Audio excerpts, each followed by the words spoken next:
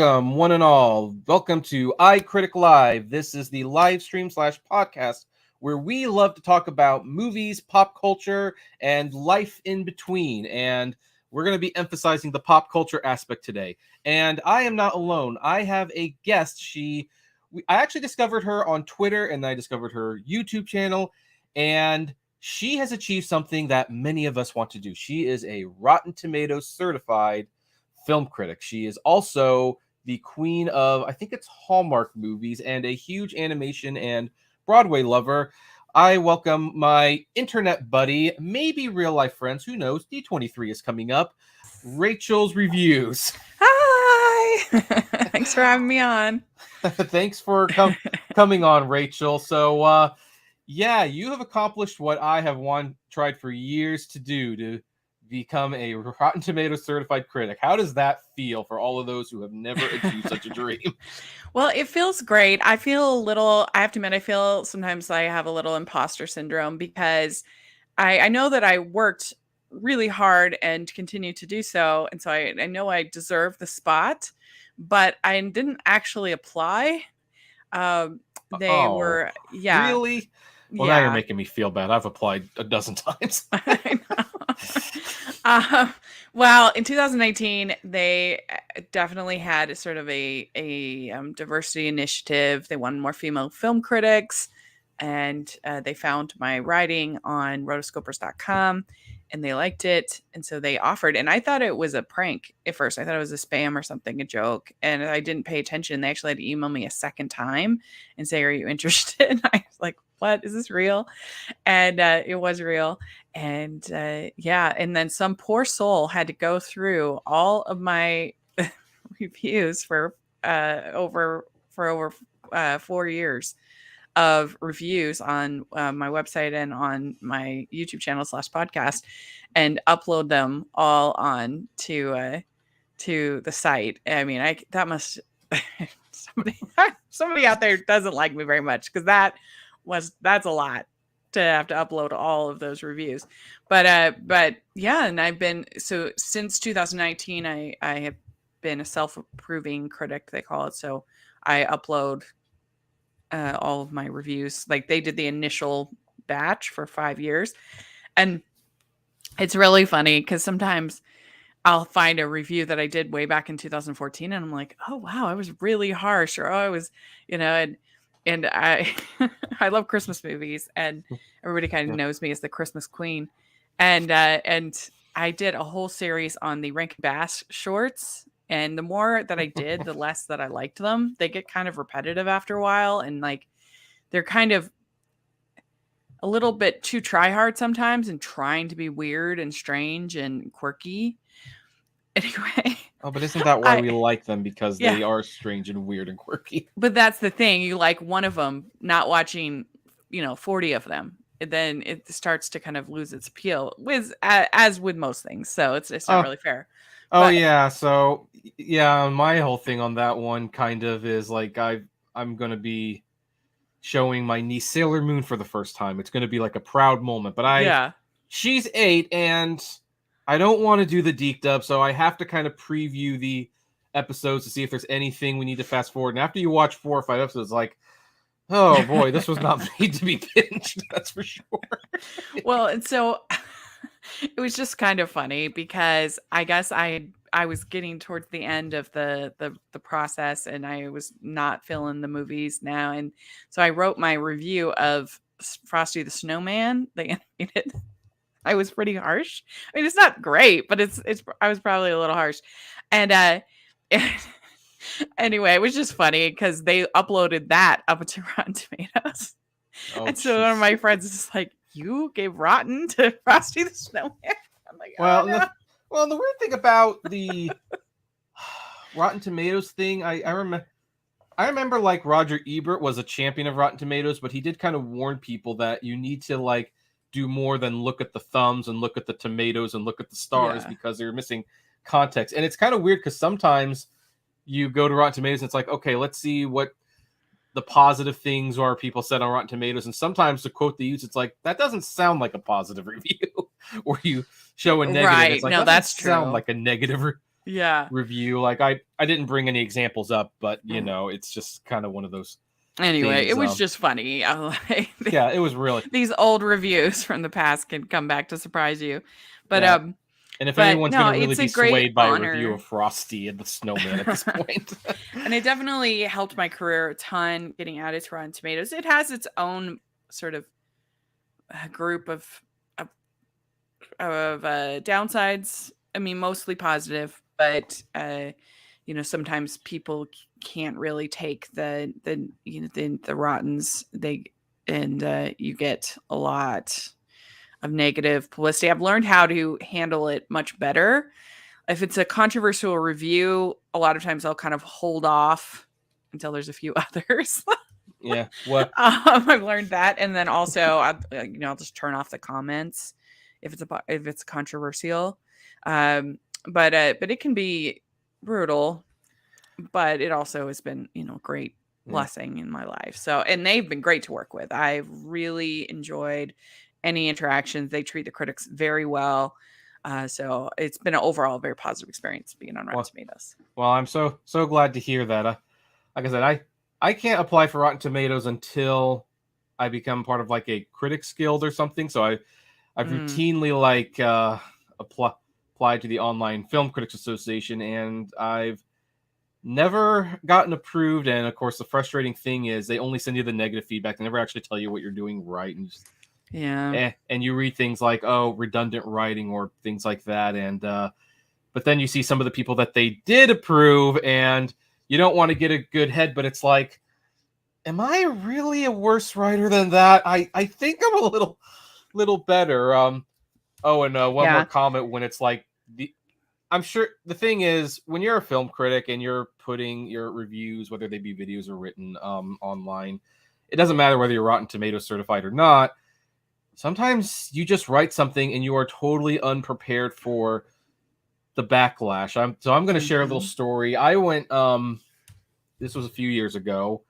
Actually, it was probably 4 or 5 years ago now that I think about it. And I saw a movie that I wasn't super excited about seeing. It was an installment of a sci-fi franchise, and it was like another one. And I saw it, and I was actually very impressed with it. And it was one of those movies where I kind of felt like I was on cloud nine. Like, they have really reinvented this, and I like this, and I like this. And I went home and I wrote a 5-star review, posted it, and for months, and even really to this day, I still get emails going like, how on earth could you give Star Wars The Last Jedi 5 stars and call it the best Star Wars?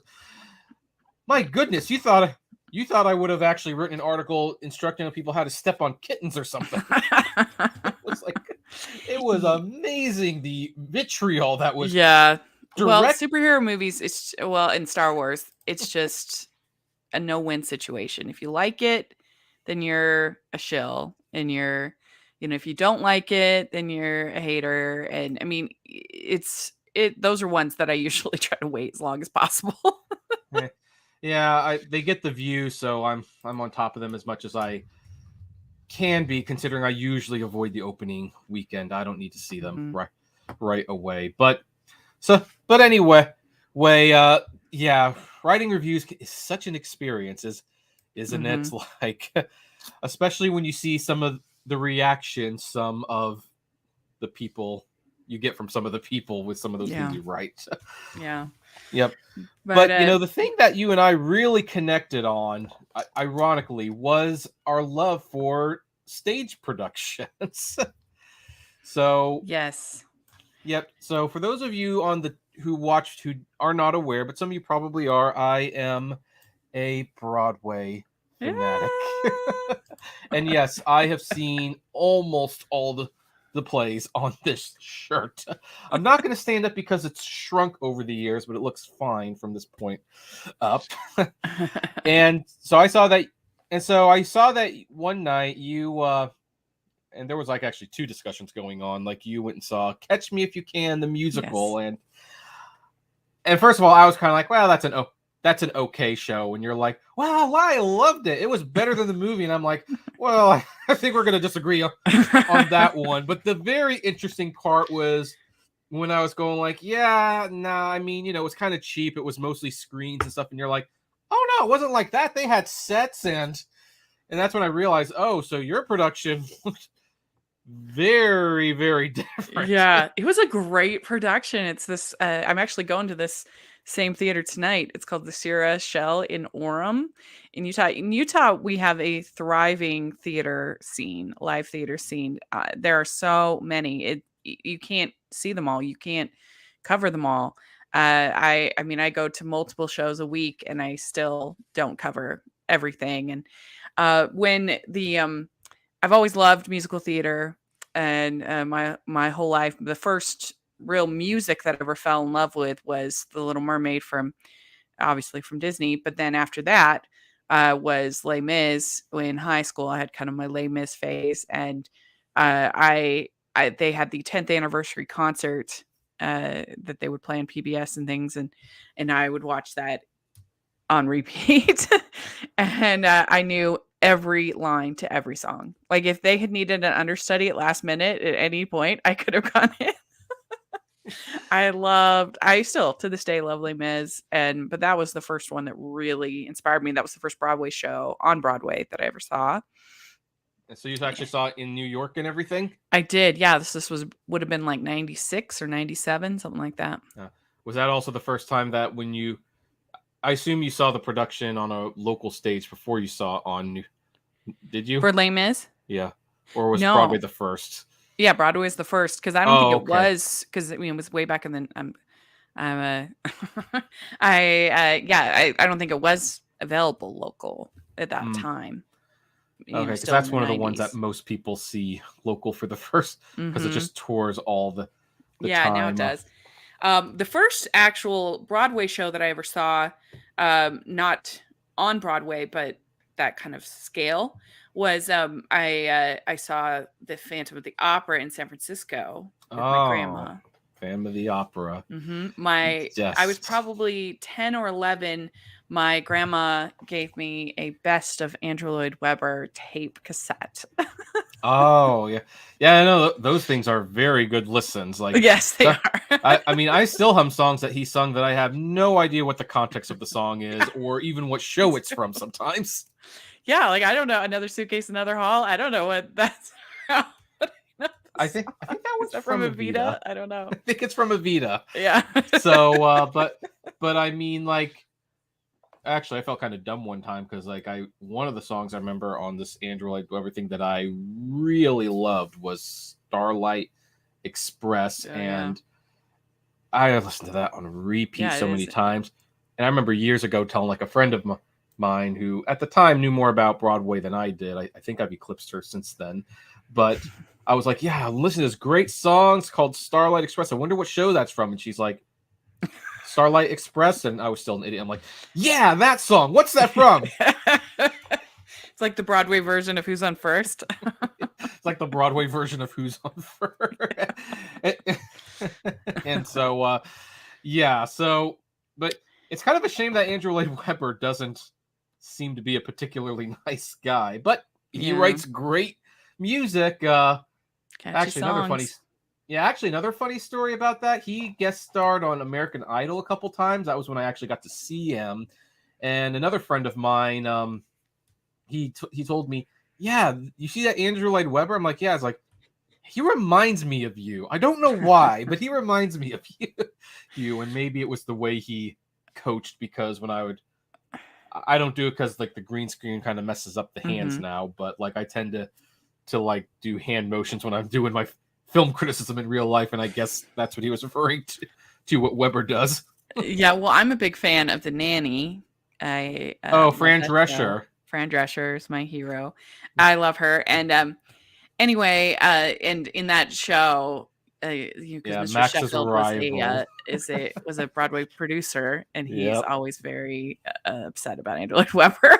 Yeah, because his shows run forever, and his shows are minor. Andrew Lloyd Webber. Yeah, well, actually, his shows must have been decent because they could afford a butler, they could afford a very nice place in New York City, and they could afford a mansion.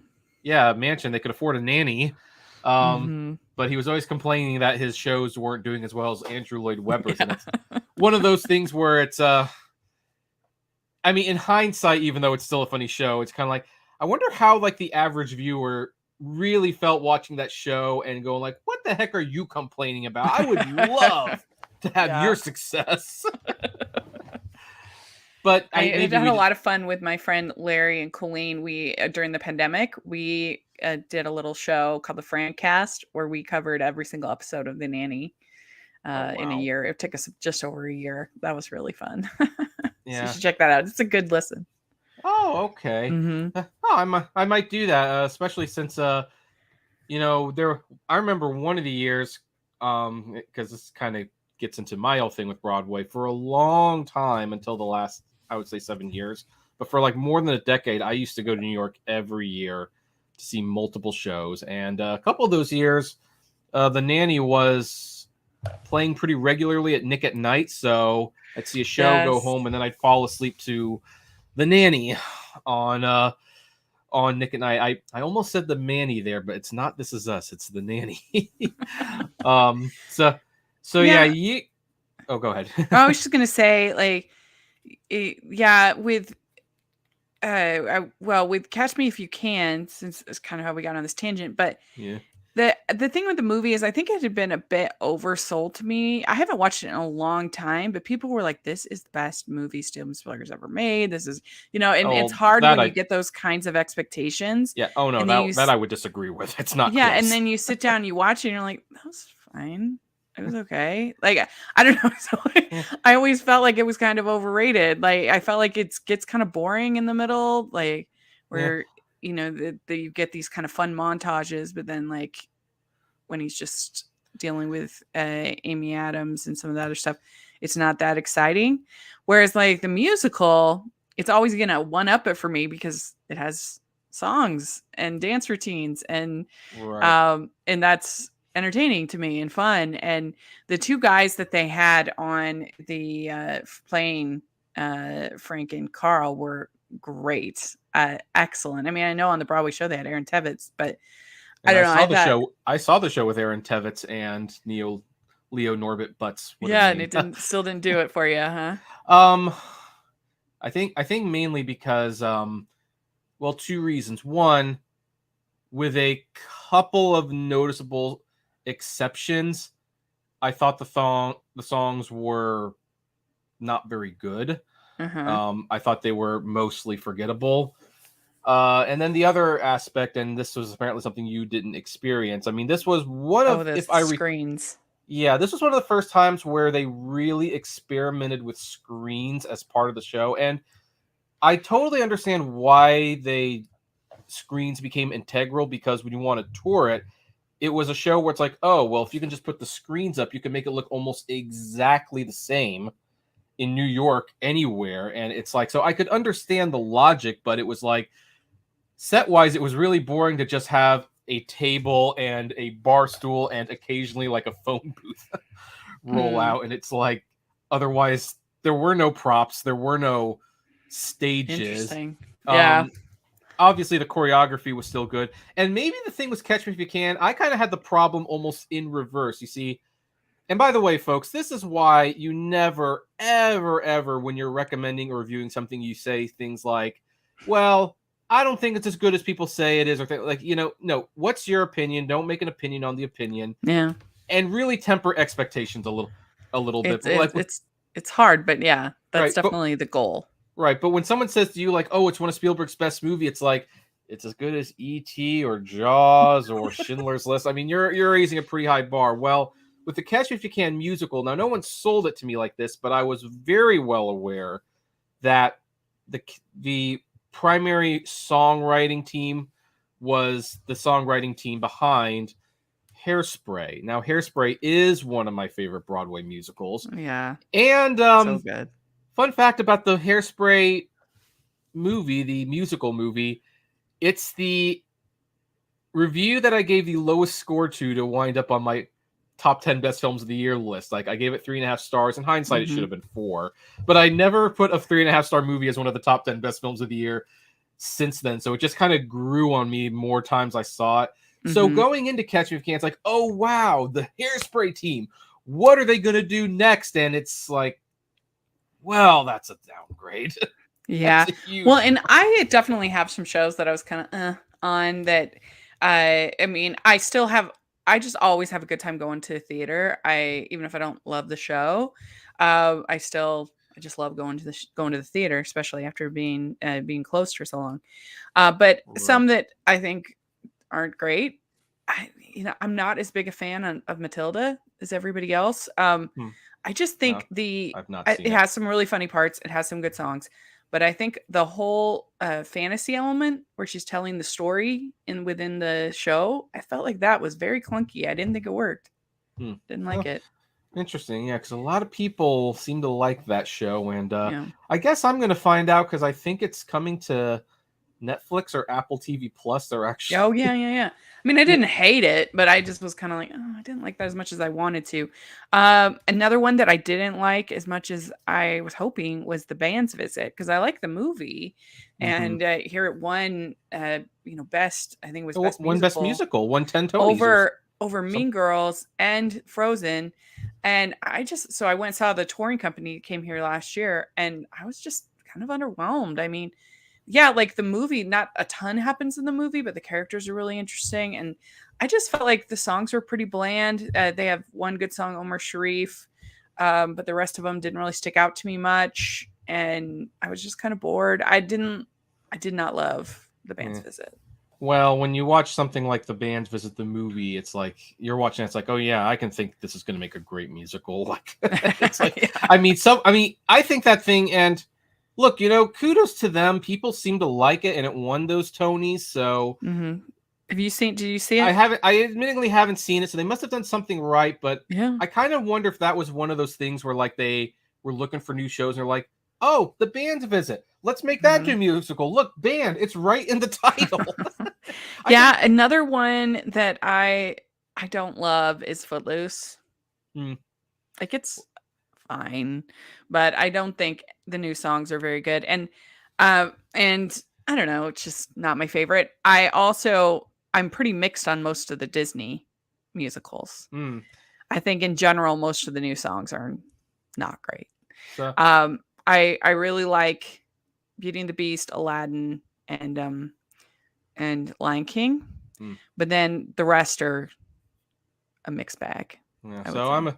So I'm a big Disney musicals are what got me into musicals in the Mhm. first place. That and Phantom of the Opera, and so I've actually seen, with the exception of Frozen, which we're going to finally see next year, I've seen all the Disney musicals. Mhm. I've seen all of them. I've seen Beauty and the Beast. I've seen Lion King. Seen Mary Poppins. I've even seen Off the Record. Nobody's Oh. seen that one. I've never seen Freaky Friday. Yeah, I saw Freaky I've seen the Friday. movie, on the decom they did on it, which wasn't great. Yeah. But yeah, I mean, I think Mary Poppins is honestly a mixed bag. I I didn't care for Mary Poppins very much. I That like one the actually they seem kind of stuck because I have a lot of friends who work at Disney. And uh, some who worked on that show, and there was like a little conflict where PL Travers agreed to let them make the show if it had nothing to do with the movie because she for some reason hates that wonderful movie.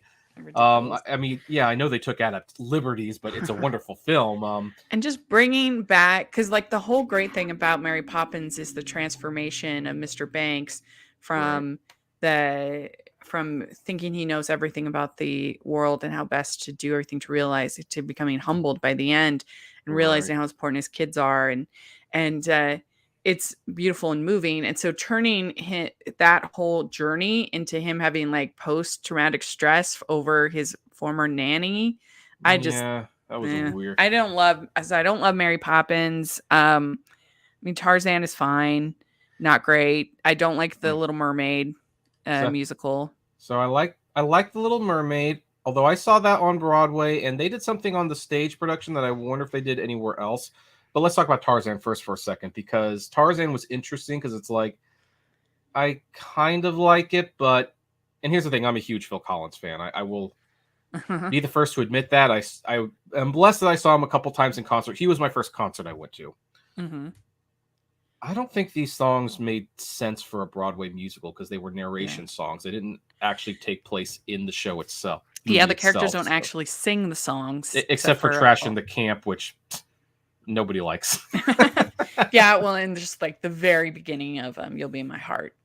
The very beginning of You'll Be in My Heart. So, I mean, I didn't hate Tarzan. I mean, the swinging scenes were definitely kind of interesting. I think they've greatly improved aerial stuff in Broadway since then, but it was interesting at the time. The Little Mermaid, I did like. One thing that they did in the Broadway stage, I don't know if they did anywhere else. The actors were on roller skates. Oh, were they? To simulate the swimming, and I thought that was a really, really clever idea. That's clever. Yeah, that is clever. I don't like that they made Triton and Ursula siblings. That was stupid. I didn't like that, and I just didn't think any of the new songs were good. You know, they were all kind of, and that's a lot of times how I feel about, like, there's a reason they cut those or didn't have a song there. There's a reason, right. You know, but yeah, so I'm kind of mixed on the Disney ones, but then there's a lot that do surprise me as well. I'm not the biggest DreamWorks like super fan. I mean, I like some of their movies. I hope you're going where I think you're going with this. But I absolutely loved Shrek the Musical. I thought it was so funny. Especially Farquaad was hilarious. I just saw it again for the second time last week and loved it again. It's such a funny, well-written show. I think it's kind of the gold standard for that kind of animated movie transformation. And it's so good. And you'd be surprised how many people, when I list like some of my favorite musicals, Shrek the Musical is on there. People go like, really? And it's like, yeah, no, you have no idea how clever this really is. So, I actually saw Shrek on Broadway with the original cast. I've actually seen the original cast a lot of times, but I got to see it with Brian James Darcy and Christopher Sieber and the amazing Sutton Foster. Yeah. I got to meet Sutton Foster. I have a Shrek the Musical signed playbill with all of them. And the guy who, I don't know his name, but the guy who played Donkey, they were all excellent. And I remember telling people how much I love Shrek the Musical. And it's like, really? Shrek? It's like, yeah, no, it really is quite clever. Now, ironically, that's a show where the songs are definitely a little bit more hit and miss, but even the miss songs, because of what's going on the stage, are a little bit more entertaining. Although I did sometimes so when I first saw that, and I've seen Shrek the Musical more times than I care to amount, I remember when I saw it, the standout performance was Christopher Sieber as Lord Farquaad. Yeah. And he was so good in it that I actually wondered, like, I don't know if you can watch this show without him in it. Ironically, after I saw it a couple more times without him and with other people, everyone else seemed to play Farquaad fine, and the role that now seemed to be struggling, whereas on Broadway it was perfect, where everywhere else I've kind of not seen as good, is Shrek.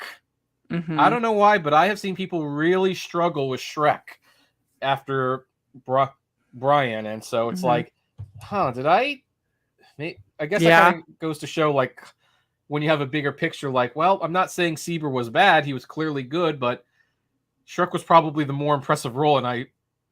But they did it so perfectly, like, you didn't realize how hard that was to do until you see other people messing it up. Yeah, no, it's true. I mean, I think maybe because people get caught up in the accent, maybe is sometimes. I think that might be what it. Yeah, because not only does he have to have the accent, he has to sing with the accent. You have to sing good with the accent. Yeah. So that was a big surprise. I wasn't expecting to like that. I mean, it wasn't really a surprise, but one of my favorite shows favorite shows ever is the show Bright Star. Have you ever seen that? I've not seen Bright Steve Star. Martin helmed. He wrote it. No, I didn't see that one. It is such a beautiful show. The songs are so good. It has just the right amount of drama, tears, you'll cry, and comedic scenes and sweet scenes and touching scenes. I just absolutely love Bright Star. It's a gem.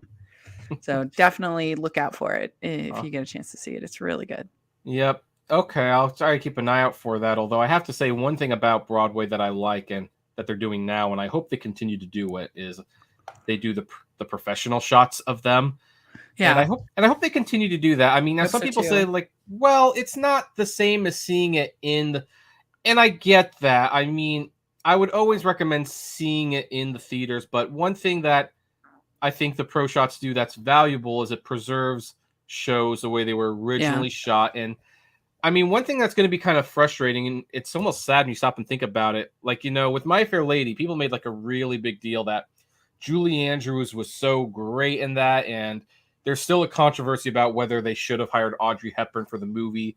My take, she was fine in the movie, but I can kind hmm, of understand where the disappointment is in, because back then the movie was how you preserve the original performance, and if the original actor wasn't brought back for that, it kind of becomes lost to the sands of time, and there might be a day where it's going to be a trivia footnote, but people, they're not going to be able to really compare it because yeah, there's no performance. And it's like, but now it's like, look, they'll one day make a Hamilton movie. They will, and I'm sure it'll be good. But assuming for whatever reason Lin-Manuel Miranda doesn't come back to play Hamilton, we have a copy of what his performance looked yeah. like, at That's true. least.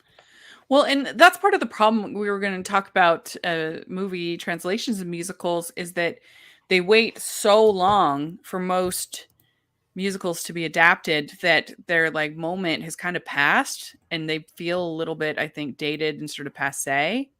Right. And I think you can kind of see that with everything. I mean, with Les Mis, they waited way too long. Now they're waiting way too long for Wicked. They're waiting, and instead of catching it, it's kind of peak. Yeah. Uh, Well, I've got a unique problem with that upcoming Wicked movie. I can't believe they're turning it into 2 movies. It's like, this is a 2.5 hour. You're going to make this thing so yeah, that seems bloated. strange. And also, I mean, I love Cynthia Erivo, but she just seems too old to play young Well, college student Elphaba. right. And wasn't that the reason why they didn't hire the original actors back? Because it's like they're too old. And it's like, well, if you're She's going to like hire, 34, I think. yeah, yeah. And it's like, well, if you're going to go that way anywhere, what's another 5 years and you can have the original? Yeah. Actually, my whole thing, and I argue this for a lot of Broadway musicals being adapted into movies, make them animated for a number of reasons. Make them animated. In Yeah, I mean, fact, especially with cats, that would have been definitely the way to go, is to make yeah, it animated. oh yeah, because now they're kind of stuck between this, like, okay, we got to make it look real, but we got to make it look Yeah. animated, and it's like that. That's almost like I worked at a place once, and one of their things was we want to do as much possible in an hour while making sure the quality doesn't dip, and it's like you can't do Mhm. that and still have high quality. Something's gonna give. And so I kind of feel like with the cats thing, it's like, yeah, you want it to look live action, but you want it to look animated. Well, that's in direct opposition to one another. Mhm. So that's just not going to work. But I think but now that we're kind of on that, I think there's like probably some deeper issues with when Broadway musicals get turned into movies. Like you might see I've highlighted this article like review. Dear Evan Hansen movie is an embarrassment, which I'm going to state for the record, I don't necessarily believe that. I actually gave Dear Evan Hansen 3 stars. Mhm. You know, Agreed.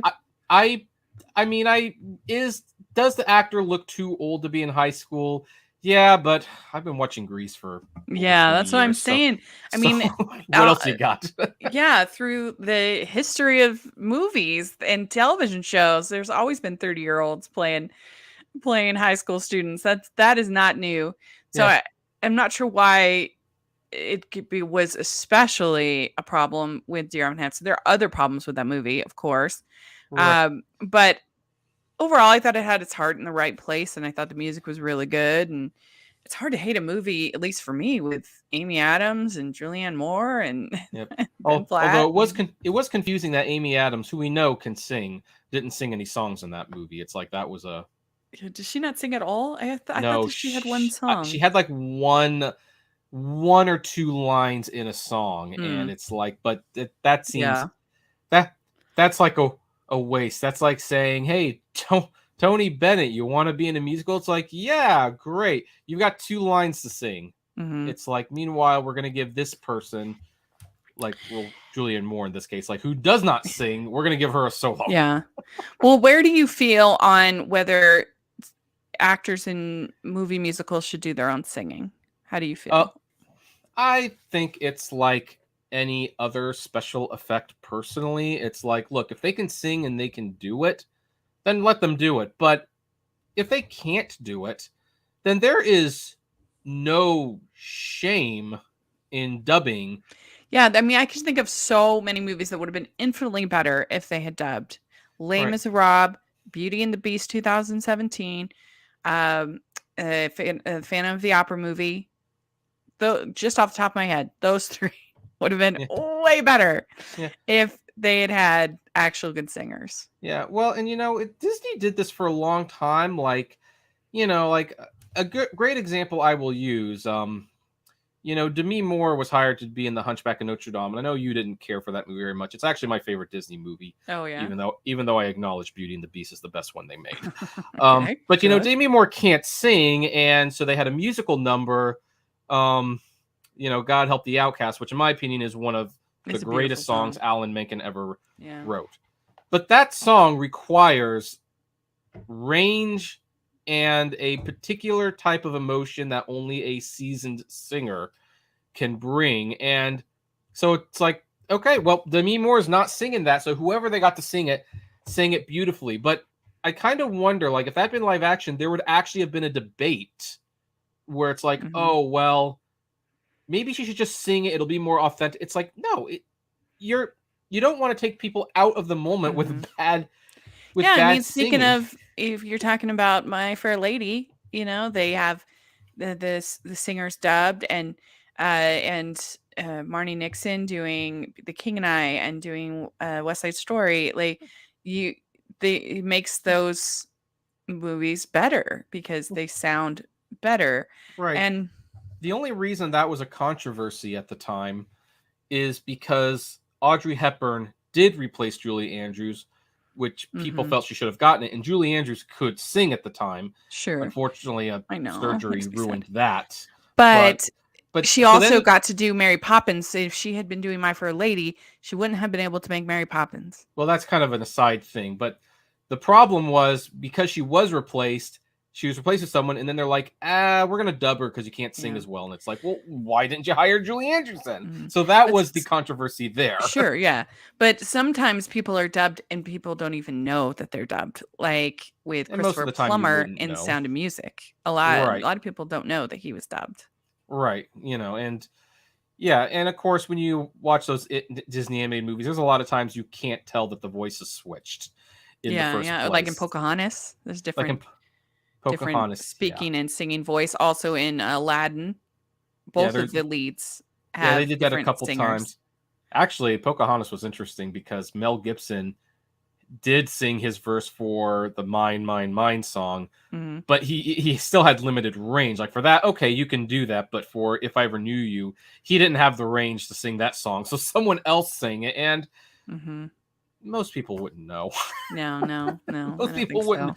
My whole thing is like, look, in animation, if you can get singers who sound like the actors, you can do that for live actors, and most people wouldn't know. And I also hate to spoil it to people, not all of your favorite action heroes do their own stunts. Right, that's a stuntmen, comparison. And if you don't, I mean, are we going to start going after action movies like, oh, well, that's not Vin Diesel in that shot, so therefore it's inauthentic? No, most people don't know. They don't care. I do think that argument is one of the things that's ruining these movie adaptations for musicals, because there's this thing like, oh, if the actor can't sing, they still have to use the actor's vocal cords because it's inauthentic. Now, in all fairness, with Les Mis, because they were recording the vocals while they were filming and using those, it's like you kind of backed yourself into a corner with that one when it realized Russell Crowe was vocal-wise maybe not the best choice for that movie. But in most cases, they're lip-syncing it anyway. Right. Yeah, absolutely. So I don't know why that's a problem.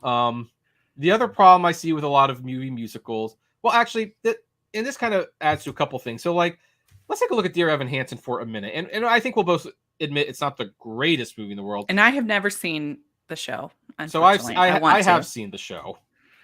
I have seen the show. I actually saw it with the original actor, and yeah, so there you go. But here's the thing: the movie is very, very similar. The only major change that aside from like maybe a couple songs that really weren't that great, was that the student council girl who causes all the trouble, they gave her more to do in the movie, where she has mental health issues, where on the stage production she was just like a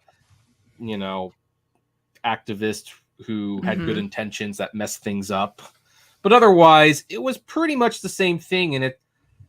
But Dear Evan Hansen won a ton of Tonys. It was critically lauded, people loved it, and then the movie comes out, basically the same product, and people hated it. And I've seen this happen with several musicals, and I think one of the key reasons why people kind of give musicals a cold shoulder when they come to movies is because, and this is something that Bob Fosse observed when he was filming Cabaret, which I showed my wife for the first time at a Fathom event, and I miss the days when we made movies like Cabaret. I know, I really wanted to see that because I've never seen the movie, and yeah. I really want to. Yeah, so Bob Fosse, when he made Cabaret, he definitely did a loose adaptation of the Broadway show because he felt that it was distracting to have characters who would otherwise be acting totally normally break out into song and do these things. So with Cabaret, with the exception of one song, all the musical numbers are limited to the Cabaret stage itself, where you're already expecting people to dance and it doesn't really break the flow.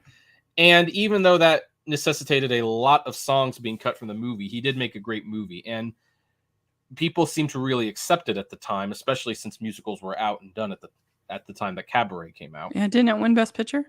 No, it holds the record for winning the most Oscars without winning Best Picture. Okay. It won 8 Oscars, including director, actress, supporting actor. But there was an upset that year because another little movie that had only won 2 awards that night swept in for Best Picture, and that was The Godfather.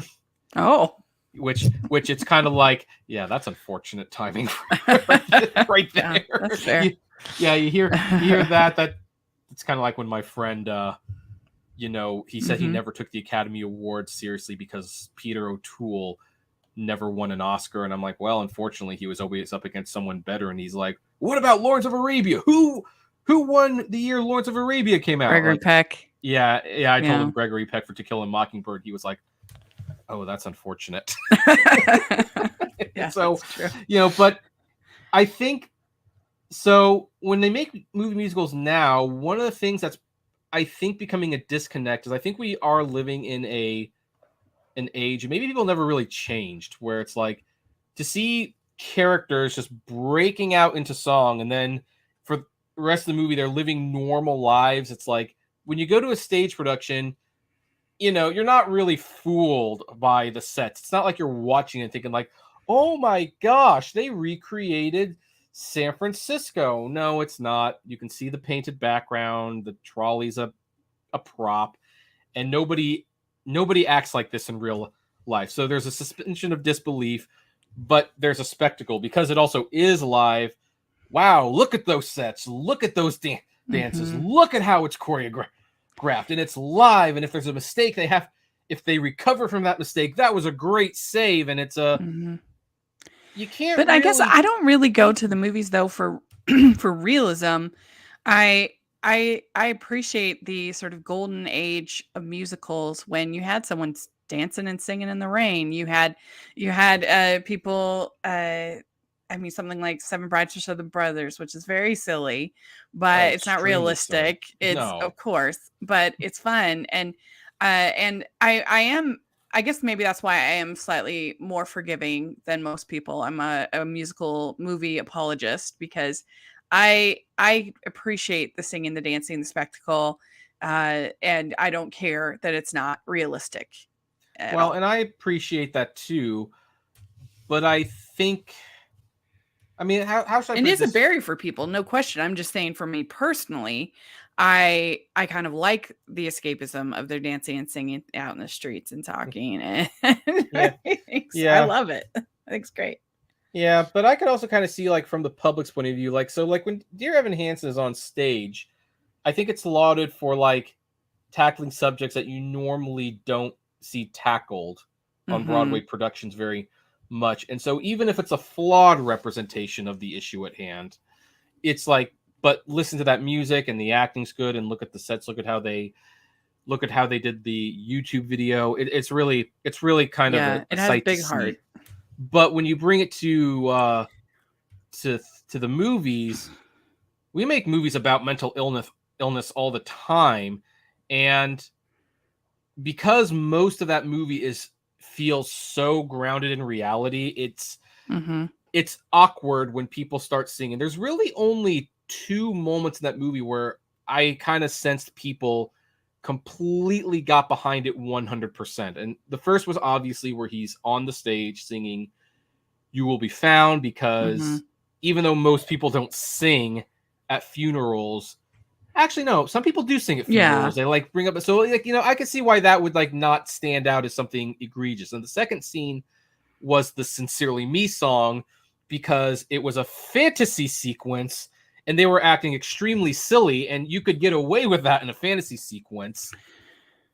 But for most people, when they're like in the room and they're like confessing their love and it's a serious moment, and then they burst out into song, people have a hard time getting through that. Hmm. Well, let's talk about a couple more realistic shows then. We have uh, Next to Normal and Fun Home, and Fun Home is getting made into a movie. I'm I looking think for forward to next that. year. Yeah, that's going to be interesting. I got to see both of those shows in this last year of Hmm. my musical watching, and they're both really stunning shows, I would say. What do you Yeah. think? Oh, I liked both of those shows. Next to Normal is especially interesting because I remember being pissed at that show before I saw it, because I love Billy Elliot.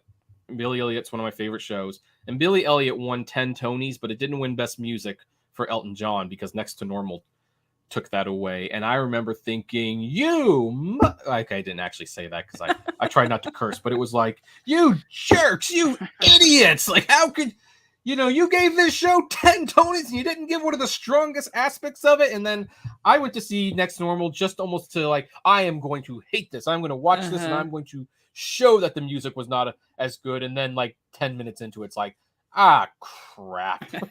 It really is better than the music. Yeah. It's kind of like when someone like asked me this year, like, oh, what do you think of the Batman? And I was like, it's one of the best films I've seen all year. And then my friend's like, oh, try not to sound so enthused when you say that. It's like, it's a superhero movie. I'm tired of them. I don't want to admit that one of them's great. I want them to make other things right now. I'm tired of Yeah. Batman. So so I'm looking forward to Next to Normal. But that also, by the way, this whole disconnect with realism, this is why I think most musicals should probably be made into animated films, because even though you and I understand like the whole golden age of Hollywood, this is just how musicals are. I think we have like a generation where it's like they just don't like it when there's scenes that disconnect. That's why when Clint Eastwood made Jersey Boys, he tried to make the musical sequences more organic, and that's also why Jersey Boys the movie wasn't very good, because it's like you took all the energy and fun out of this show. Yeah, that was disappointing. Yeah, otherwise it's just a typical biopic that we see every year, it seems. So But we've had a lot of also of movies getting turned into Broadway musicals. We already talked about Band's Visit and Shrek the Musical and yeah. all the Disney ones. And that has been an interesting thing to see. I mean, I love Mean Girls the musical. I thought that was really good. I like A Christmas Story musical way more than most. I thought it was really fun. But one that disappointed me, that was not as good as I wanted it, was Anastasia. I Uh think I think that they Yeah. overcorrected. They took like the feedback about the movie, which I love. I have a lot of nostalgia for it. I know it's not perfect, but I love it. They took Right. it, and then I just felt like they made it really boring. Like I mean, yes, of Ye- course you're not going to have Bartok and And Rasputin, and I Rasputin's get not in that, it. understand that, but instead they just had this like military guy, and it was really kind of It, drab and down. it, There wasn't any comic relief. I just it probably I don't was an know. overcorrection because it's like, okay, so you took this family film that everyone loved and you made it into a Broadway musical for adults. Like, I Yeah, actually remember me and my wife were debating, should we take our nieces to see Anastasia? And yeah. normally I'd say yes, because it's like, yeah, it's based off of the animated movie that they Mhm. love, but I had a weird feeling about it, and I said, maybe not. And then we watched it, and it was like, yeah, that wasn't kid friendly. Yeah, I mean, it's not. I don't think it would be like harmful or anything, but it's just. I just Well, don't think no, they'd be not like, that interested. I think it was just kind of boring, yeah, it was, yeah, and slow. also, I want to say for the record, I think the complaints about Anastasia the movie are way overblown because it's an Mhm. animated movie and Yeah. you shouldn't be, unless it's a documentary style movie like Flea or Waltz with Bashir, you typically should not be watching animated movies for your history Yeah, lessons. yeah. I mean, that was kind of what I felt about Greatest Showman too. I'm like, I'm not watching this movie where they're dancing down the street for my history lesson, and I'm not expecting this to be an accurate portrayal of P.T. Barnum. R- It didn't bother right. me. And it's actually interesting that The Greatest Showman was successful. I think it's because that was so unrealistic and so consistently over the top that people were able to get into it a little bit more. It didn't Mhm. hurt that the songs were really good. Yeah, yeah, I Like, oh agree. my gosh, my wife listened to that soundtrack for months. Uh, I I ugh. yeah, I really enjoyed it too. We went to the sing along. I think I saw it 4 times in the theater. I went to the sing along they did with my friend. I actually saw it's kind of funny, Greatest Showman I saw at a very very very early focus group screening. Hmm. This is before I was really a critic or anything.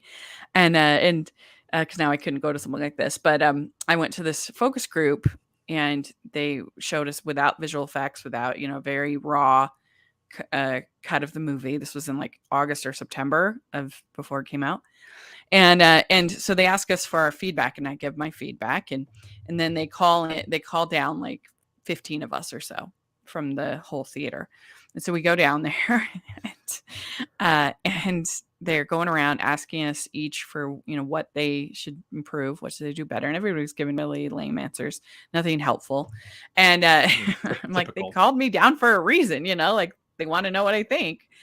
And so they get to me and I said, so this opera singer is supposed to be one of the best in the whole world, right? She's touring from England. And I'm like, she's not good enough. It is not good enough. And literally all the other people in the group were like, and so I like to think that I am the reason why they dubbed Rebecca Ferguson in that movie. I I kind of feel a similar way. This is getting a little off topic. I saw an early screening of Get Smart, and the president in that movie was very clearly a spoof of George W. Bush, Uh-huh.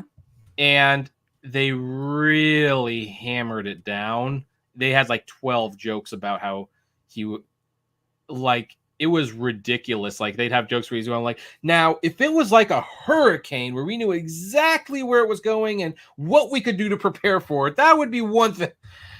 And I remember writing in like the feedback cards, I'm tired of Bush jokes, and he's not Mhm. even going to be in office by the time this movie comes out. So I noticed, except for one, they cut them all, and it's like, I bet you. Interesting. Yeah, that's Now on funny. another, unique early preview screening thing, and then we'll get back to the topic at hand. I definitely feel like this is almost like I don't know if it's a badge of honor or a dubious side note. So I got to see an early screening of a movie called All the Money in the World, Mhm. and Oh, you saw this Kevin Spacey version? the standout performance was Kevin Spacey, and so when people ask me why I was crushed when he got cut out, aside from the fact that I think it sets a terrible precedent to be taking people out of movies after they've been shot, it's because he did such a good job. I mean, I could never be mad about Christopher Plummer being in anything. He's one of my all-time faves. But and yeah, he was I see good. your point. He was very different. He was good though.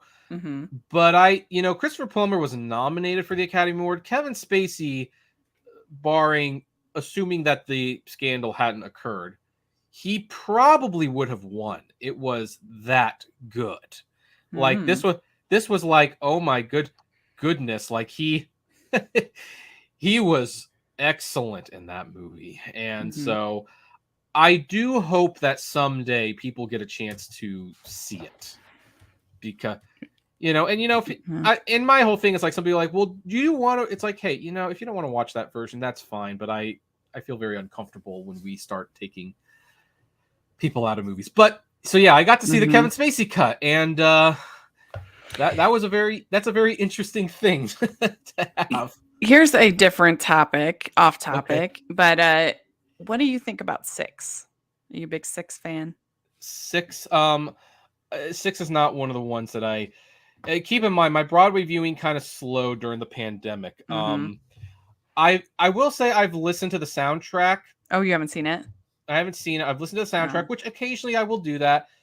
And the songs aren't very impressive. Like, maybe I'd have to see it, but it was like, I don't know. I'm not getting into the music, to be honest. Yeah. I mean, I didn't dislike it. Again, I like almost every show. I love going to shows. I just enjoy the experience. So I still had a good time. I don't think it's bad, but I don't think that it really should be counted as a musical. There's no sets. There's no book. There's no story. It's just a concert.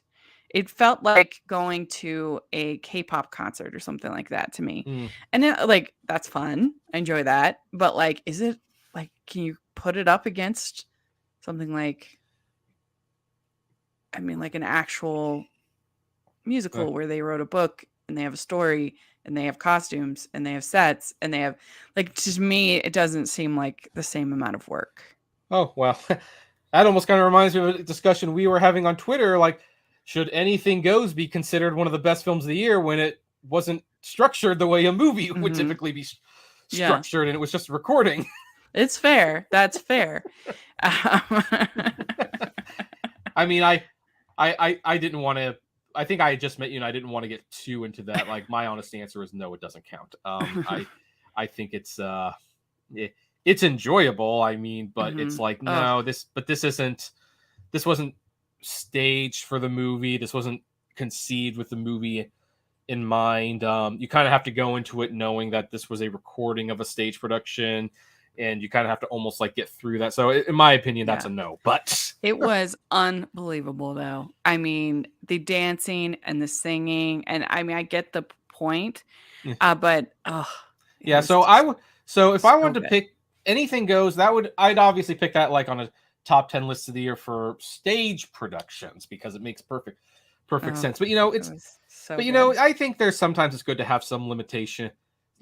I mean, there's a reason that they have, like, when the Pulitzers give out awards, it's like, okay, yeah, we're gonna give out the best novel, and here's the best memoir or the best biography or the best graphic novel, because it's like, yeah, they're all books, but the components working behind them are so drastically different. And then usually, if you have like a best book of the year, then anything can qualify for that. But I actually think the Academy Awards, like, there was like one actor one time, I think it was John Hurt or something, who got a nomination for a pro shot of a stage play he was in, and he got nominated for best actor, and the Academy after that changed rules and said, we don't think that that's fair, because while we know about rehearsals and everything, that performance was shot in one night within a couple hours. These other performances,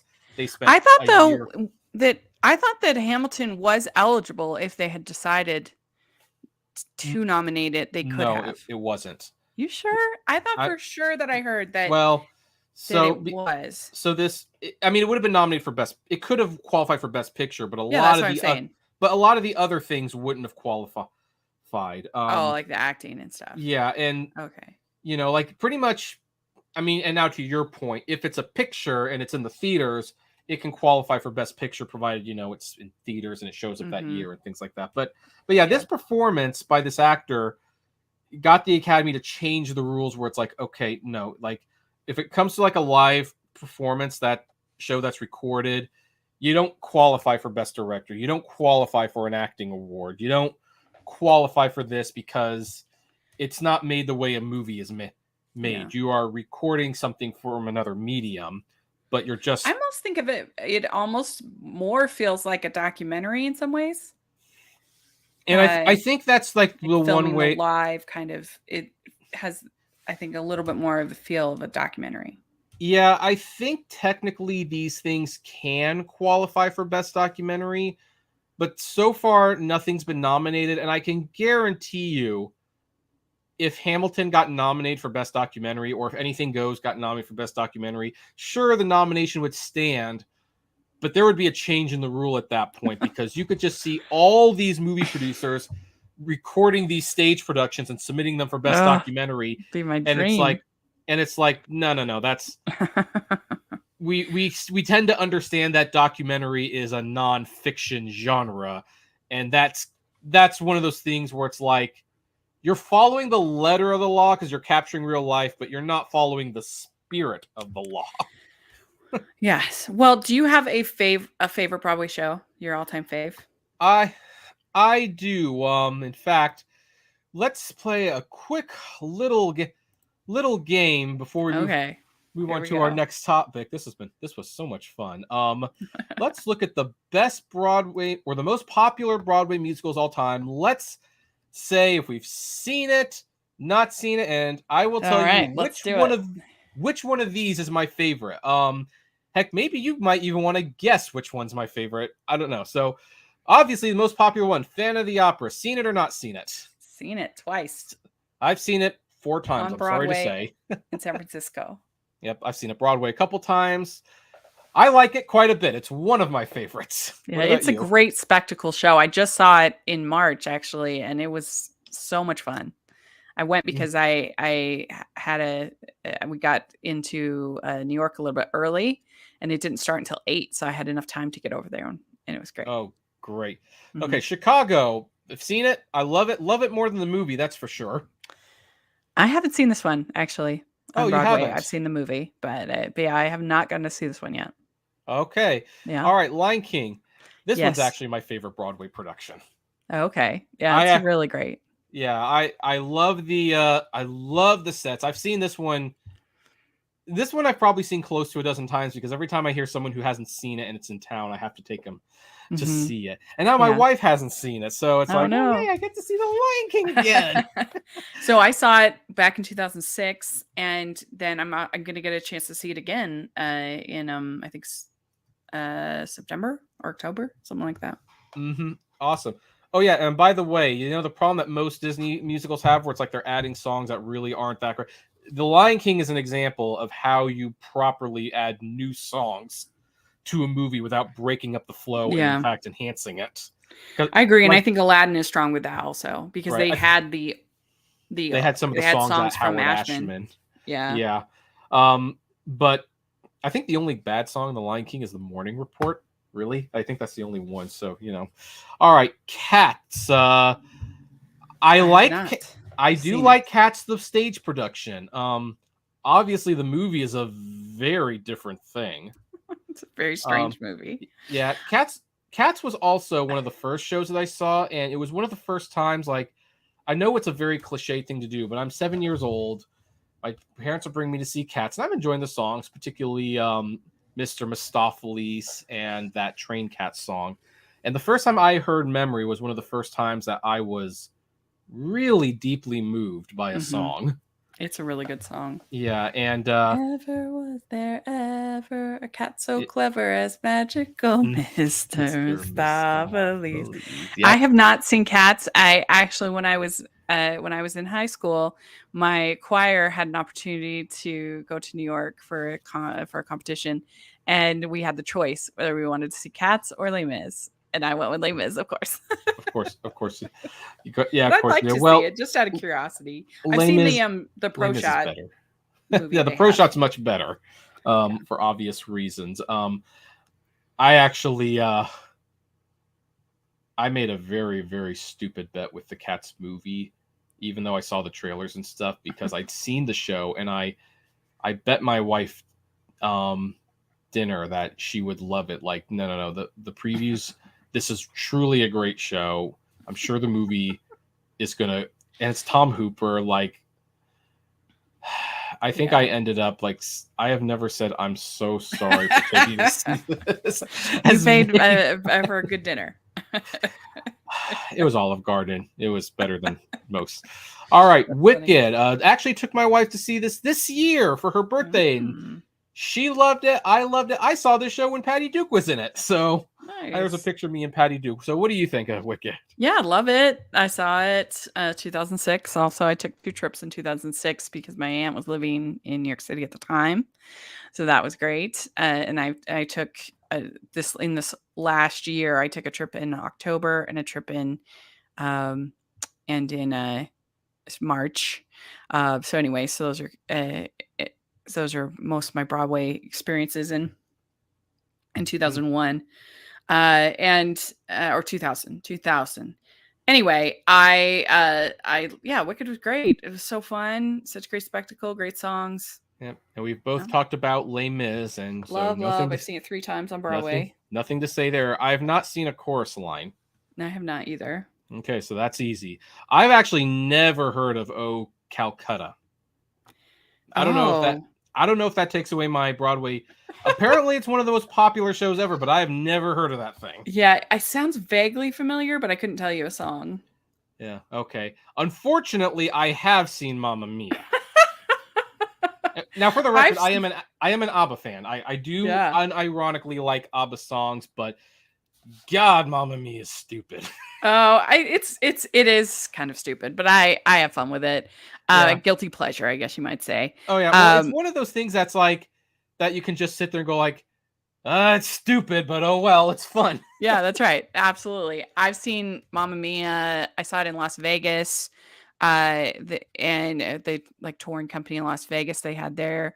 And then I've seen it locally twice.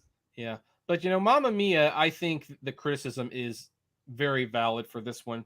And look, if anyone out there likes Mamma Mia, I'm not begrudging. I like Mamma Mia. Yeah, I think it is a super bubbly, effervescent, good show to go to in the summer and enjoy. It's great. We had it here at the Draper Amphitheater outside Amphitheater, and it was a blast. We had a great time, and so. Yeah, well, is it like great literature? Is it no? But to me, it was bright and bubbly and fun, and I enjoyed both of the movies, and I enjoyed the sequel movie. I thought it was great. Well, I enjoyed the movies a little bit more than the stage production, all fairness, enough to give them good reviews. But I definitely understand why critics really despise Mamma Mia, because Mamma Mia, unfortunately, did start a trend where basically, whenever something's successful, usually other people try to mimic that success and they learn all the wrong lessons from it. And when they look at Mamma Mia, they're not seeing, oh, it's fun, it's campy, it targets an audience that has largely been ignored by Broadway. And what they saw was, you mean all we got to do is get a singer's catalog of songs, write a crappy story around it, and just watch the money roll in? And that's what Mamma Mia. Well, that and Jersey Boys. I think the two being jukebox musicals, being huge hits right around the same time. Yeah, but at least Jersey Boys had like a story, and it was kind of biography in nature. Where Mamma Mia, like, look, if you take the songs out of Mamma Mia, and I know some people say, well, why would you do that? It's a musical. It's like, no, it's sometimes an interesting measuring stick. But if you take the songs out of Mamma Mia, that story is so moronic and so dumb, and it really has no leg to stand on. But once you put the songs in, it's a lot more fun, and that's the lesson that a lot of Broadway producers took from that. I tell you one a similar movie, similar show to Mamma Mia that critics hated that I thought was kind of fun is I saw Head Over Heels this summer I at didn't see that the one. Salt Lake Community College, and I thought it was funny and like very queer positive and just positive in general, and I liked the Go-Go songs, and it was quirky and different, and I Oh, I don't like know. The the Go-Go critics songs. hated it. Wow. I enjoyed it. Oh, okay. Well, we Yeah. both talked about Beauty and the Beast. I liked it. Not as much as some of the other Disney productions, but I did like it. Oh We'll do a yeah, couple. no, Beauty and the Beast is one of my favorites as far as Yeah. Broadway, So we'll do not a. the 2017 film. Oh yeah, yeah. No, I should really. Sometime I should tell you a story about the 2017 film, but we don't have time for it right now. So Rent. I actually got to see this with Anthony Rapp and Adam Pascal in it. Oh wow. I like Rent quite a bit. Now that Yeah. when I saw it, it was a while ago, and I could tell it was a while ago because I brought my Rent Blu-ray and I handed it to Adam Pascal to sign. Anthony Rapp, sorry. And he looked at it and he was like, "Oh wow, a Blu-ray." Like kind of suggesting like no one had handed him a Blu-ray before. That's how new the format was. That's funny. Yeah, I actually saw Rent for the first time locally here last fall, so that was super fun. Finally Yep. get to see it. Awesome. Jersey Boys. Well, I think we've talked about Jersey Boys. I definitely like the stage production, not the movie. Mm-hmm. Let's see here. Miss Saigon. I've not seen Miss Saigon. Neither. Nope. Okay. I have seen the Book of Mormon a few times though, and I love the Book of Mormon. I've never seen it. Yep. So my sister-in-law's dad is funny. He's like, I don't understand how you like it. It's vulgar, it's outrageous, it's anti-religious. And I'm like, well, it's not anti-religious to my religion, so therefore I'm okay with it. Yeah, it's easier to mock other people's faith, I guess. But I kind of love the fact that the church, their response was to put that ad in the playbill saying the book is better. Yeah, our book is a little different. That was really funny. I thought that they did that and just classy. Oh yeah, you got to give them props for doing that. Like that was great. I've heard of 42nd Street, have not seen it. I don't even know if this one plays anymore, to be honest. Oh wait, there was a revival. Yeah, there was a revival. Did you see this one? I think I've seen this, but not in the last year. And the way you're saying it, I think I've seen this, so it's like, but I don't really remember. But it's hard because you get like Crazy for You in American Paris, 42nd Street, like those kinds of Anything Goes. Those shows all kind of blend together. Yeah, they really do. Okay, we'll do 5 more. Grease. Okay. Enjoyed the movie, didn't see the show. Yeah, I actually just recently saw the show in June, and I put a video on my channel of stage versus screen. And so that was really interesting to look at the differences. And there are some differences. I would say that the musical fleshes out some of the side characters a little bit more that you don't get as much. It's pretty much just like you don't see as much of like Jan and Marty and some of the other characters where in the movie. It really should be noted that Grease started out as a Broadway production in 1972. Yeah. The movie was based off of that. Yeah. And so that probably fits into the whole there is a line in there for movie producers where you can adapt a Broadway musical and you can take the realistic setting that grounds reality and kind of find that middle ground. Well, originally the movie Grease took out 3 songs and added 5 new songs. Mm-hmm. But now if you go to see Grease, the new version from I think MTI or one of the distributors, then the current version that they give you has those 5 songs back in. Yeah. So anyway, but yeah, I used to be really critical of Grease and particularly the ending and the fact that she changes for a man. But I have to say, in this, seeing it on the screen and on the stage in June, made me kind of think differently about it because she talks about how she tells Frenchie that she's tired of living in fear, that she's tired of being afraid. She wants more confidence.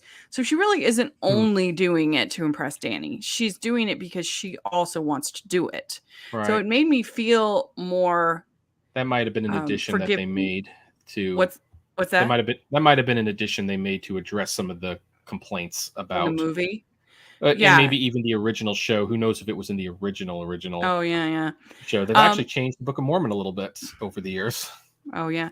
Well, so that just made me think of that ending a little bit differently once I really paid attention to what she was saying and her Right. character, and it just has so many great bops. I mean, Grease is just super fun. It is.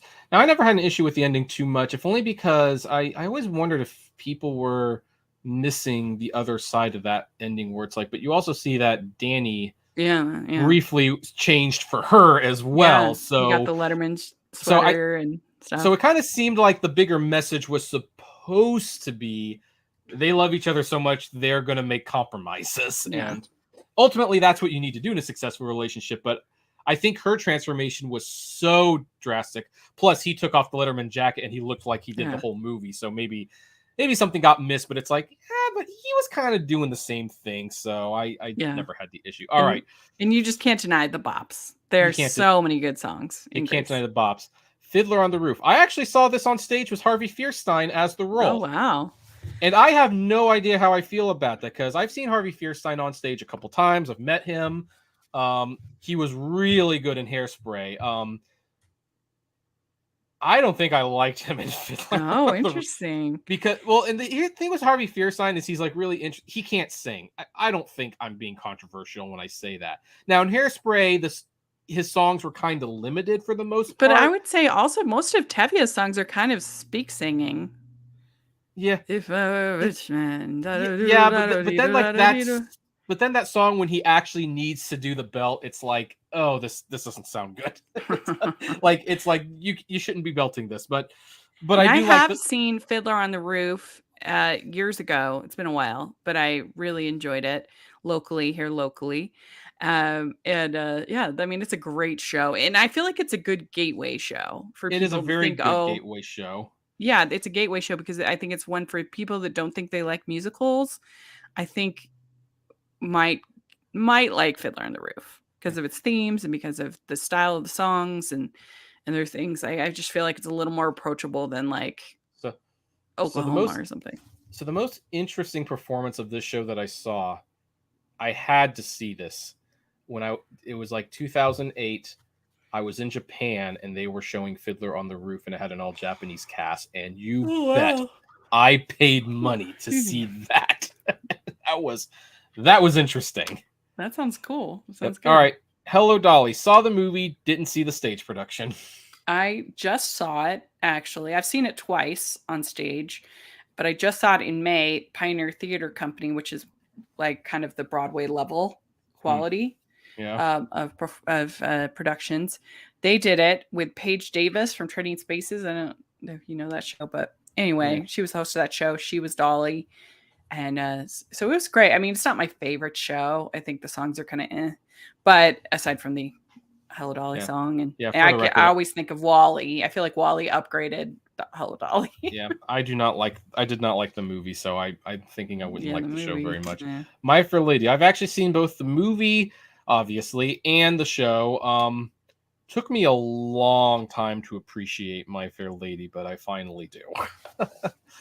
Yeah, um, I saw I the just show I never years liked Professor ago. Higgins. That's my problem. Well, I just don't really like the ending. I kind of wish the ending of My Fair Lady that she just went off and ran her flower shop. That would be not go with Freddie, not go with Henry. But yeah. That was I hear the original ending. The original ending Hmm. In the play, was for Pygmalion. her to leave him. And I think even the writer of My Fair Lady has always resented that they forced that ending on him because he's like, this just doesn't make any sense. Yeah. Like, he deserved to be alone. That was the whole point. Like, Hmm. what are you leading up to if she comes back to him? Yeah, So, but great songs overall. Really enjoy it. yep. Hairspray. Love the movie. Love Love the both. show.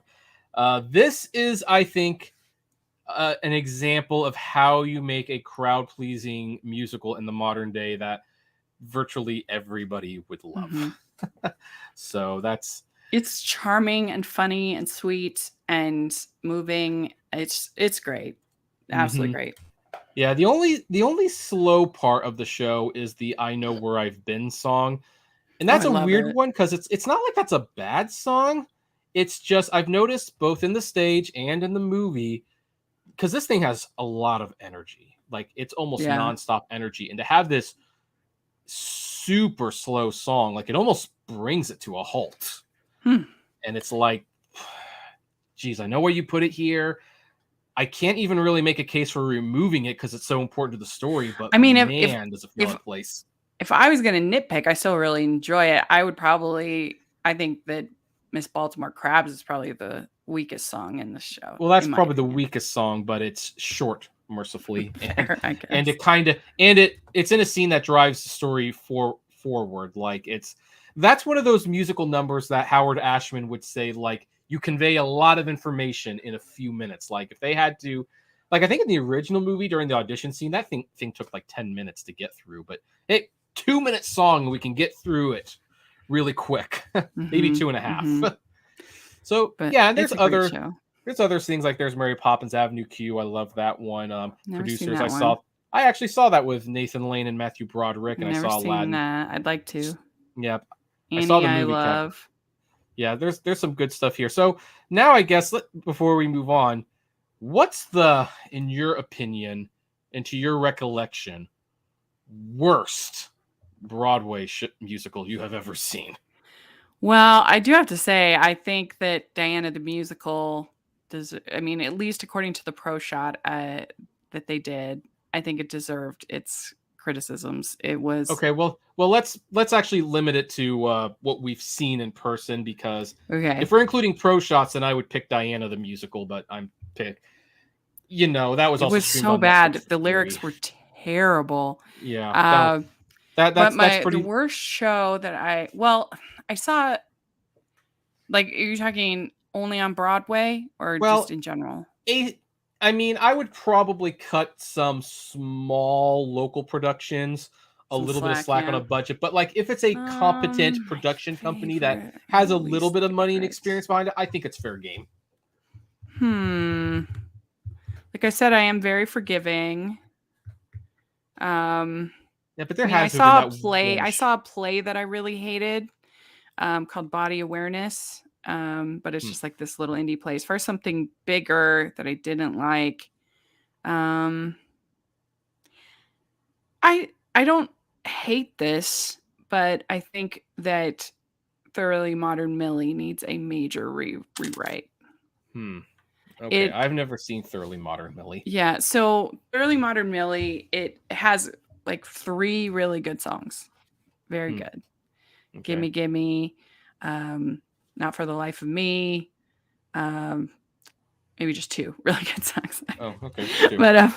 But then there's this whole subplot with the innkeeper, where she's staying. I forget her name. She's a Chinese character, and there's this whole human trafficking operation that's happening, and she takes girls that are staying at her place that are lonely and don't have family, and she sells them for human trafficking. And it's just such a weird plot, and it's definitely racist, and it's awkward, and the songs are bad, and it's just not great. And they need to completely get rid of that character. They need to do a revival and get completely rid of that character, get rid of her songs.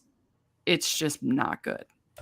So I'd say, even though, again, I don't hate it because of the good things in it, but I think that that's probably one of the worst of the major musicals that I think. It's not good. Oh, I just figured out what our next episode will be discussing, because I love preserving old movies, but I wonder if it's a little different if you're like doing like a modern stage production, you're keeping outdated stuff like that in the show. That would be an interesting topic. But anyway, so the most disappointing Broadway musical I saw, this was at the Pantages Theater. I do not know who thought The Color Purple would make for a good musical. Oh, interesting. And I love The Color Purple book. I love the movie. I actually probably love it way too much, considering I was far from the target audience for that source material. But I really find the story to be quite exceptional. But man, the music. I don't know, when I'm sitting there watching musical and you're hearing lyrics like my father is my baby's daddy, you start to wonder if you went wrong somewhere along the line. Like, these are not especially good lyrics you could be singing, and I don't think the tunes are very good. Now the sets were actually quite impressive, but that I don't know what the thought process was. I kind of wonder if that was one of those things where someone like called Oprah and said, "Hey Oprah, do you want to say that you've produced a Broadway show?" Yeah, great. Say you produced The Color Purple. We're turning it into a musical, and I just watched it, and I remember, with the exception of the fact that I got to see Fantasia Bono in the main role, which was definitely cool. Like, oh great, American Idol winners right there. But man, do these songs suck. And they're not singable, and this is really heavy subject to be making music out of. I mean, it's not like it can't be done. Rent showed that you could write good songs with heavy subject material. Dear Evan Hansen showed you could do it. But it seemed like someone completely missed the ball on this one. But it should be noted, I was also in an audience of mostly African American people, and the chatter that I was picking up on was that a lot of them really liked it. And so I'm wondering if maybe there's a culture thing I'm missing. I don't know. Yeah, I mean, if we're talking about disappointing, then I would say Anastasia was probably it was disappointing. That would rank up there pretty high. Yeah, we already talked about that, but yeah, so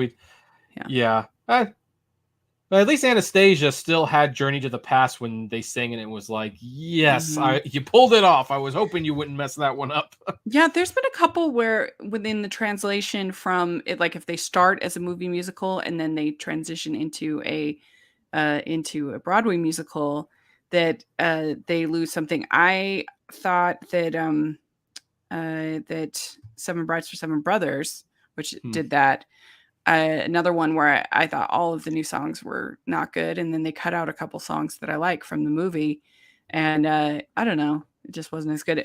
One that was kind of disappointing to me was the SpongeBob musical. Oh, I didn't hate it. I loved that one, but I thought it was not as fun as I was expecting. I mean, I was expecting it to be funny. I hardly laughed at all. Just this sort of end of the world apocalyptic story. I thought was strange. I do have to ask, did you see a pro shot, or did you see it on stage? I saw it on stage. Oh, okay. So you saw it in New York with... No, local, but a very good production. Yeah. But I don't know. I just thought, this isn't funny. It's not making me laugh. And it's just, I thought it was a surprisingly kind of grim book. I don't know. I just expected it to be more fun than it was. Well, I'm going to strongly disagree with you on that one. I loved it. I loved the songs. I thought it was funny. I thought the effects were cute as heck. Actually, I saw someone on YouTube. You guys can all look this up, those watching. Someone did an animatronic to the opening musical number on what it would look like if they made it into a 2D movie, and it's like, oh, I really hope Nickelodeon adapts it into a hand-drawn movie, because it's like, wouldn't it be great to kind of bring like the Disney style musical back for a SpongeBob movie? Although I just thought it was a strange story to have it be this end of the world kind of apocalyptic story, where there's like politics involved, and I don't know. It just wasn't as much fun as I thought it was going to be to me. So there you go. Okay, well that's fun. That's fine. I thought SpongeBob was one of the bigger pleasant surprises. Certainly better than Rocky the Musical, but oh wow, I haven't seen that. Yeah, that's as corny as it sounds. So anyway, I guess that'll be the end of the Broadway discussion. Do you have time for one more topic, or should we end it here? Because we've been going a little while. Yeah, it has been an hour and 30. I guess I could do a short topic. But... Well, we will try to keep this one. Okay. Actually, we might even have to keep this one short, because this is the section that I've got to cut out and make its own little video tab. But there is an article going on because Skydance Animation is releasing their first animated film on Apple TV Plus Luck. And even though I don't normally watch previews, I saw this one and I'm already upset that I can't watch it in theaters because it actually looks really adorable. And of course, this article comes out about John Lasseter's second act. And John Lasseter, for those who have not heard, was accused of some things. We're not going to go into them too much here because it's not really the main point of what we're trying to talk about. But basically, he left Pixar and they hired him to spearhead Skydance Animation. And I knew this was coming when Pixar let him go because I personally felt his actions were not as egregious as some other people.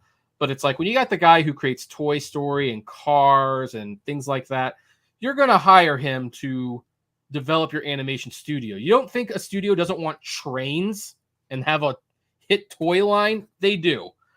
Anyway, this article is super positive towards John, and they are talking about all the changes he was making, the talent he was bringing in.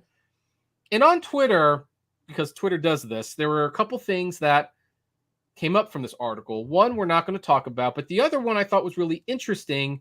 There were a lot of people in the animation community, particularly YouTube animation commentary channels, where it's like, oh, John's still removing creative people from their movies.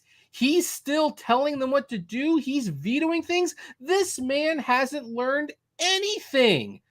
Why did they hire him back? And I'm reading this and you and I watch a lot of movies, and because we love them, I think we also read more about the inner workings of the movies than most people are aware would. Well, and also this article, so like they would have things where they would say former Skydance employee says that he would fall asleep in Zoom meetings, and then in the same paragraph it would say, but the current employees say that never happened. And so it was a pretty poorly done article, I think, in general.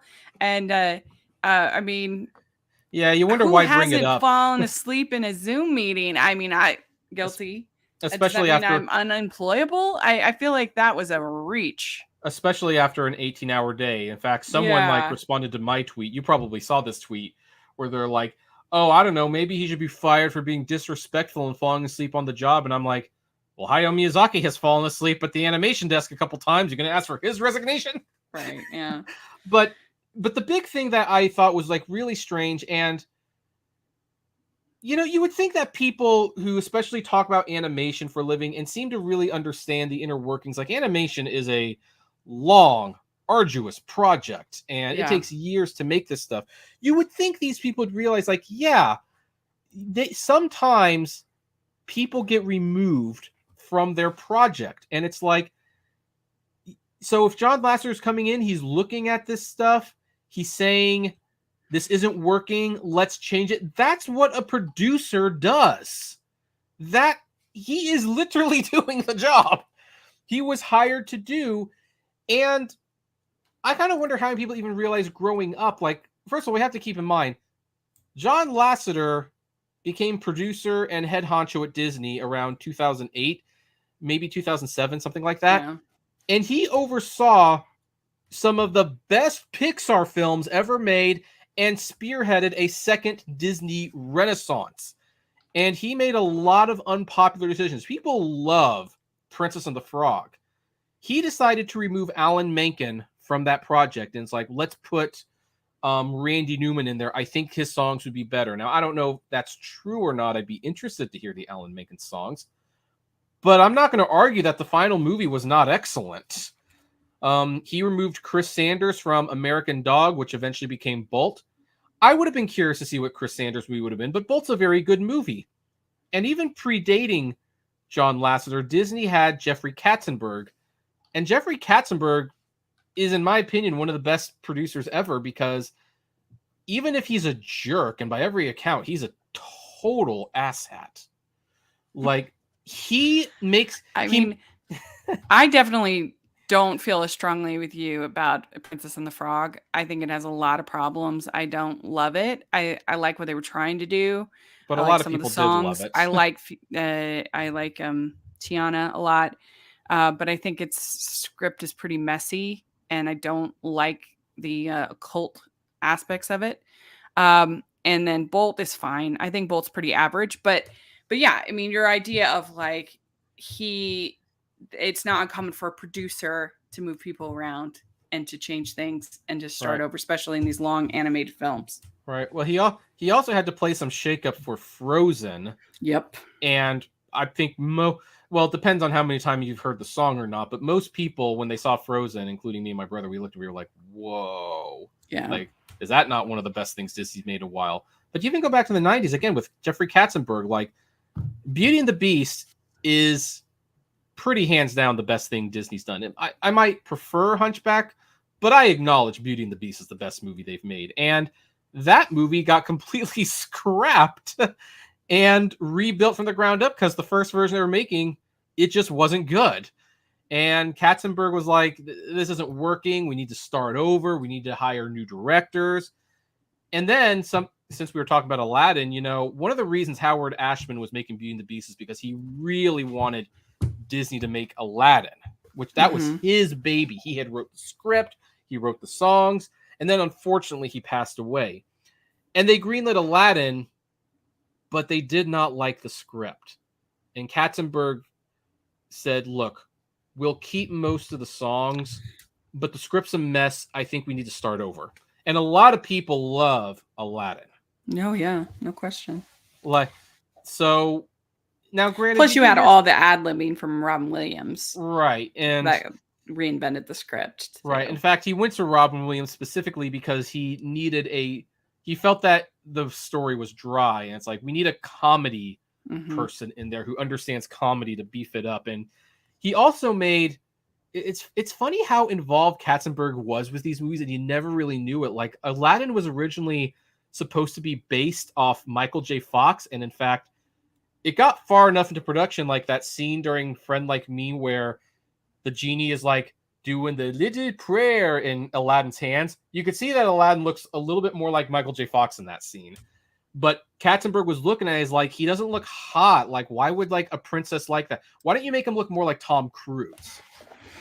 And so that's what a producer does. The producer will make changes. He kind of oversees everything. And so I think this controversy is a little silly because, I mean, and look, I know there's a little bit of bad blood with Lasseter removing Brenda Chapman from Brave, and I don't think a lot of people loved Brave, and we all feel like maybe it would have been better if she had not been fired. And I'd like to think that too, but maybe it wasn't working out the way it was supposed to. Maybe it would have been a worse movie. I mean, the original guy behind Ratatouille got pulled from that movie, and Ratatouille is one of their best movies. And that's a good example. Yeah, but nobody complains about that because the end result was so good. Who's going to argue with it? But because we didn't like Brave so much. So I don't know. I look at this controversy and it's like, I kind of wonder if the animation community is not seeing the forest through the trees, either because we're now in a day and age where people kind of like to act like the creator should not be touched and their vision should remain unfiltered, even though you get the Star Wars prequels when that happens. Right. Or maybe they just don't like Lasseter for whatever reason. And because this whole idea like, oh, he hasn't learned his lesson. What lesson? He was one of the most successful animation producers living today. Like, and he lost his job. I'm pretty sure that he learned his lesson. He lost his job worked for decades. He lost very quickly in a matter of weeks. He lost, and so now he has this new opportunity, and it's none of my business. It's up to the people at Skydance if they feel like he's providing a benefit to their company, and he's never been prosecuted for anything. It's not like Harvey Weinstein, where he had actual prosecutable offenses, that if they feel like their employees are safe and they feel like he's a good person to have on their team, then it's none of my business. Well, that was the other side of the argument that we weren't getting into. He, like when he lost his job, he lost it for personal failings, not professional. Well, professional / personal. Like, basically, he didn't get fired because the movies were tanking and he was making crappy movies. He got fired because of behavior that people did not like. Behavior, I want to add, since you brought it up, I felt could have been addressed without him being fired. And if it continued after that, then do what you need to. Yeah. But the way what he's doing with these movies, this is how he worked at Pixar. And it resulted in great movies for the most part. Well, and now he's hired, there's 700 people working for Skydance. That was an interesting part of the article. Yeah, With the loss of Blue Sky and some of the other animation places, I think this is actually really exciting for animation that we have a whole new player in the game. Right, and I'm hoping that if the movies do well on Apple TV Plus, it'll give them the confidence to go theatrical. Yeah. Going forward, because I mean, thank goodness I live near a theater that I could see movies like Klaus in. Oh yeah. But yeah, so I'm one of the few people who saw Klaus in theaters, and it was wonderful to see. Yeah. In theaters. Well, I went to Animation is Film last year, and so I got to see Luca and Mitchell's vs. Machines. And some Belle, some of the other movies in the theater. That was really fun. Yeah, Turning Red I liked seeing Turning Red in theaters. I missed Luca, unfortunately. I saw Belle in IMAX, and that was was so good, huh? That was a fun experience. We're gonna have to do an Oscar discussion about the best animated feature sometime in the future. So good, because the Oscars category. They have a bias against anime, so yeah. Well, they have a bias for Disney, but so anyway, my belief on this one, and like Lasseter's personal failings, you could definitely debate, but I just found it really strange that the animation community really got behind this whole thing, like he's messing with the creative teams, therefore he's not learned his lesson. It's like, even though was weird, definitely he's done this the whole time, and that tinkering has, for the most part, resulted in very, very good movies. And so, and he revived, Disney feature animation, like, Frozen, Moana, Zootopia. These are all movies he worked on. Yeah. And I even think Moana, I hear it was his choice. Like, the pig was originally supposed to be the cute sidekick character. Mm-hmm. And it was his idea. Like, I think people will be expecting that. Why don't you just give them this useless chicken? That'll be funny. It was kind of confusing though, because they had the pig in so much of the marketing, so then when it was hardly in the movie at all, it was a little confusing. Right, but I mean, I had to admit, it was like, okay, I don't like the chicken very much, but I appreciate how you played me. Yeah. I appreciate how you played me. So anyway, I think you and I are on the same page that people they just need to understand that movies are collaborative, and the producer has every right to say what he wants to say. He's putting the money in on this. He's the producer. That's what he does. And if he says, do this for me, like, and that's why the Star Wars prequels are a good example. Like, look, George Lucas put his own money in that. That's why he got to be his own boss. And it's like, there's two lessons there. One, you want to be your own boss, put your own money into it. But two, just because you got full control doesn't mean you're going to make a great movie. So, anyway, folks, this is normally the part of the show where we would answer questions that you would have put in the tip jar, but no one submitted any this week, so we're not going to do that. But if you would like to see a question answered on our next episode, feel free to leave a tip in the link below, and we will answer that if it is possible. Rachel, thank you so much for joining me. This was fun. It was fun. Thanks for having me on. Always great to talk musicals with anybody. It's super fun. It's hard to find people who, like, because most of my friends, what am I going to do? Am I going to go up and I'm going to go like, so guess who's got tickets to Tootsie the Musical? Yes. And I just did this week on my channel, I did a episode of Rachel's Reviews that was all about Broadway musicals, and that I had seen my 100th show since getting vaccinated. And so I was talking about that with my friend Jack. So if you like this discussion and you like musicals, then you really would like that episode. All right. Well, I will be checking that out. Hopefully the viewers will be too. And if you want, you are welcome back on the show in the future. Great. All right. Anyway, folks, that's our show for today. Thank you for joining us. You know the drill. Comment below, like, favorite, share, subscribe, and we will see you next time on iCritic Live.